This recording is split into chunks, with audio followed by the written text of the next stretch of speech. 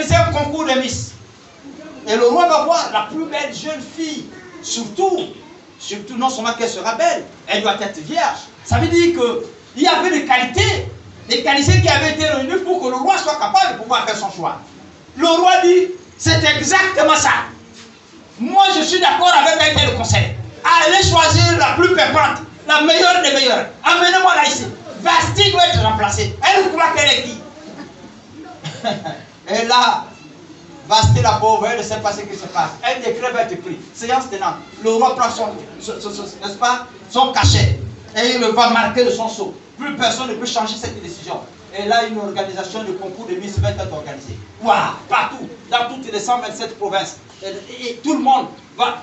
La Bible dit, écoutez, quand on ne venait pas te demander, tu veux être concours de Miss, non, on te prend de force, viens ici, viens te placer là. Voilà, rentre ici. C'était comme ça.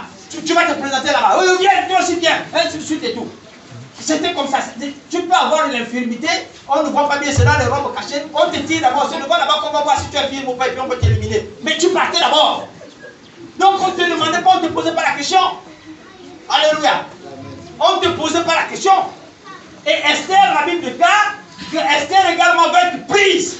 La Bible ne dit pas qu'on va la demander, elle. On dit on va la prendre à l'intérieur. Alléluia. Esther va se retrouver être prise là à l'intérieur. Elle va être comptée dans ce concours-là. Vous pourrez voir ça dans le verset, toujours le chapitre 2, les versets 17 et 18. Et Esther va se retrouver là-dedans. Allez, rentre dans le royaume. Écoutez, qui n'avait pas du tout d'espoir, qui avait perdu tout espoir, à qui, n'est-ce pas, on va demander de rentrer dans un palais royal. Vous comprenez ça? C'est-à-dire, de son existence, elle n'avait jamais imaginé un seul instant que je croiserais un jour le roi. Ou même je le verrai à 2 mètres passer de chez moi. Elle n'avait jamais imaginé ça. Mais là, on ne lui dit pas que tu vas le croiser. On lui dit même que ça ira plus loin. Tu vas dormir avec lui. Bon, voilà Esther. Une histoire incroyable. Quelqu'un qui est né dans le désespoir le plus absolu, la misère la plus absolue. Vous pouvez me dire, mais elle avait non, elle était nourrie. Quelle misère, Serge, tu nous parles? Vous savez, la misère n'est pas seulement que physique. Mais voyez-vous, la soeur donc devait vivre une certaine misère. Quand tu ne connais pas l'amour parental, je vous dis, c'est quelque chose de fondamental. Moi, j'étais avec c'est un frère, c'est un fils à un des maisons. Dès que leur maman les a mis au monde, à un certain âge, autour de 5 ans, etc., elle a dû donc divorcer avec son mari. Elle est partie vivre avec un autre homme. Et ce frère-là a grandi avec nous au quartier, il vivait avec nous là au quartier, il mangeait avec nous là, il dormait avec moi à la maison, etc. Et un jour, pendant que nous nous baladions, on allait en brousse comme ça, il m'a dit, ah, tu sais, honnêtement, je vous envie. Je lui ai dit, comment ça? Tu es mon neveu, tu m'envies, ce que j'ai, tu as. Il dit, non. Vous avez grandi avec votre père et votre mère sur place. Moi, je n'ai pas eu la grâce d'avoir mon père et ma mère sur place. Dès que nous sommes nés, au bout d'un temps, on était complètement immature. Maman a décidé de partir vivre avec un autre homme, jusqu'à aujourd'hui. Elle est du côté de Rwanda.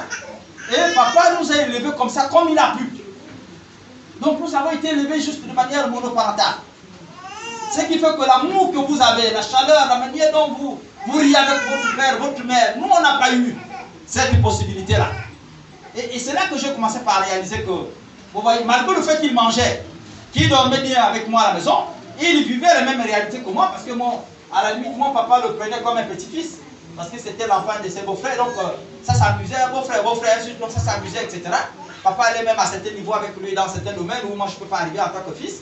Mais malgré ça, vous voyez, il y a quelque chose qui nous manquait, cet amour parental. Alléluia.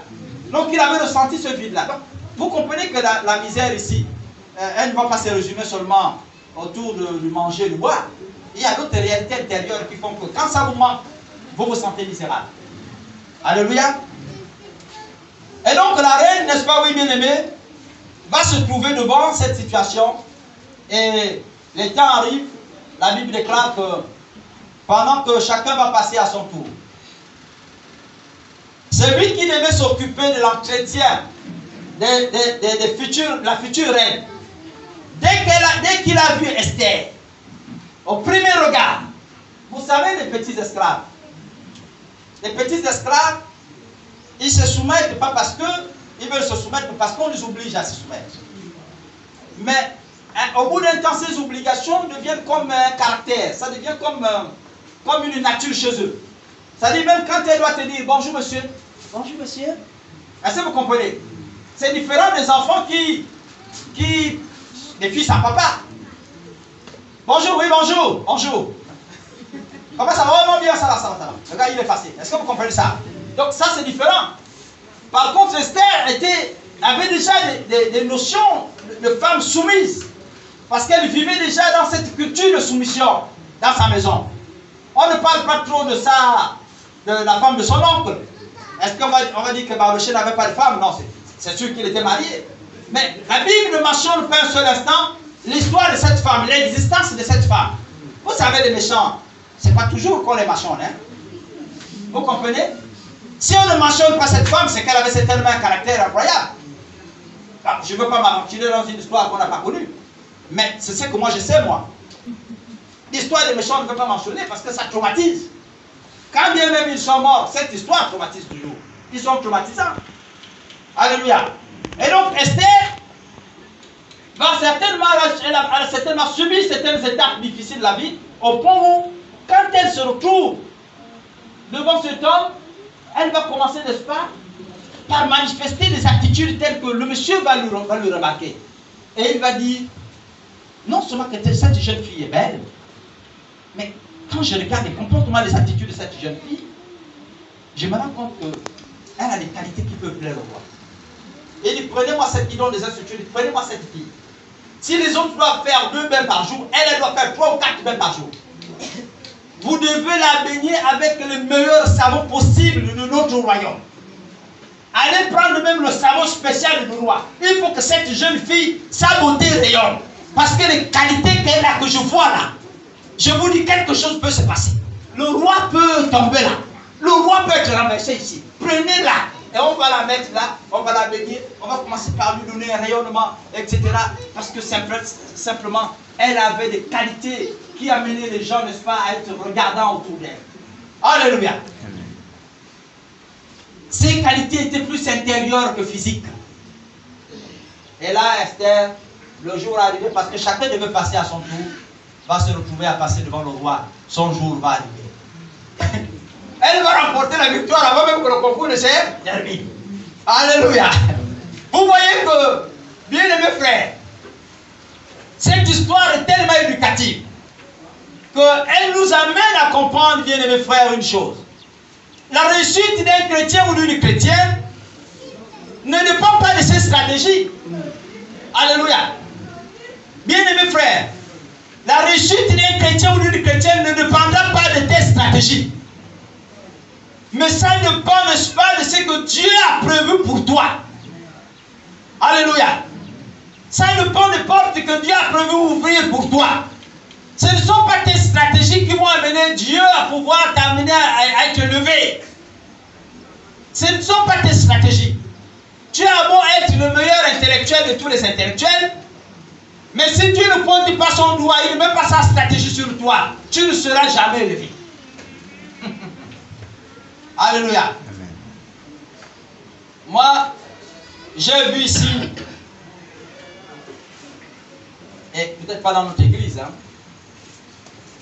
peut-être pas dans notre église, un peu ailleurs, je vois parfois comment les sœurs s'habillent. Vous parlez seulement des frères, mais les frères, les sœurs, mais les frères ne sont pas à exclure aussi. Des habits qui expriment tout. Rien n'est caché. On est sur la montagne. Donc, visible.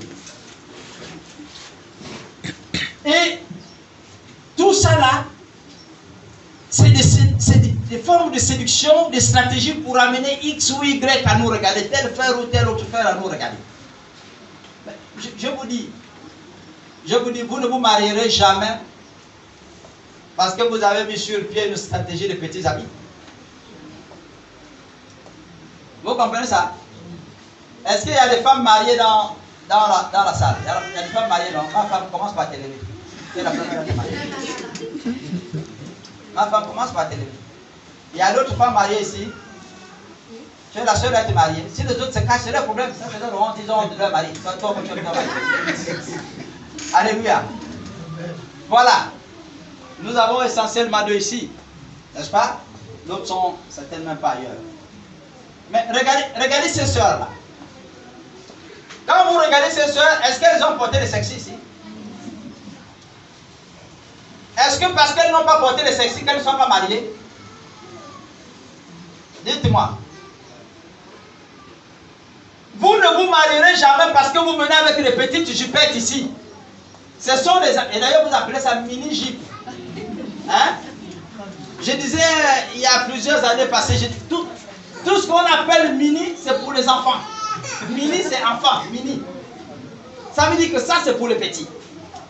Est-ce que vous comprenez ça? Tu es une grosse, grande femme, vieille femme, tu viens là, tu sers ma cola carara, tu viens avec ça, machin, tout ça là. Attends. Tout ça là, ça montre que tu es encore enfant. Comment Dieu va permettre à un frère sérieux, qui est mature dans sa tête, qui est adulte dans sa tête, de venir épouser une enfant? C'est-à-dire, ton accoutrement seulement montre que tu es encore bébé. Tu n'as pas changé.